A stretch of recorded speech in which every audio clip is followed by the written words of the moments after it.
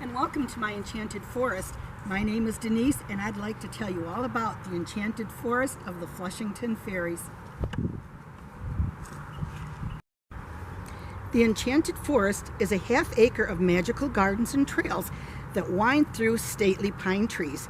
My husband and I planted these beautiful trees over 30 years ago and have marveled at how huge and magnificent they are now. It's the perfect place for a quiet walk away from the noise of the outside world and has so many wonderful things to see for kids of all ages. I made a walking trail through our pine trees so I could have a quiet place to walk, relax, and reflect after our youngest child went off to college and I retired. I made a few fairy houses and combined them with my love of gardening and placed them along the trail. This is how the enchanted forest came to be in 2015. I noticed fairies came to visit and admire the houses, so I built another and more fairies came.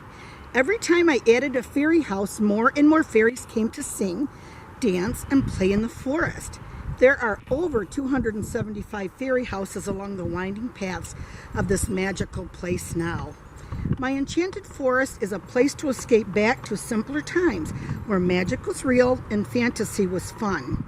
It takes about 10 minutes to walk through, but not much longer if you take the time to really enjoy it.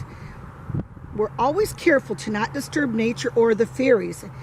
They can be real temperamental and you might just suffer their wrath with a pine cone to the head. I hope you find my forest and gardens to be a magical, enchanting, and fun place to visit. The enchanted forest is a labor of love for those who have the wonderment of a child. It's dedicated to my granddaughter Ashley, who shares my love of fantasy creatures, and in loving memory of my great-nephew Jacob, who will forever be a little boy. Thanks for stopping by, and come back real soon. If you like what you see, hit the subscribe button. If you don't, you can expect a visit from my fairies.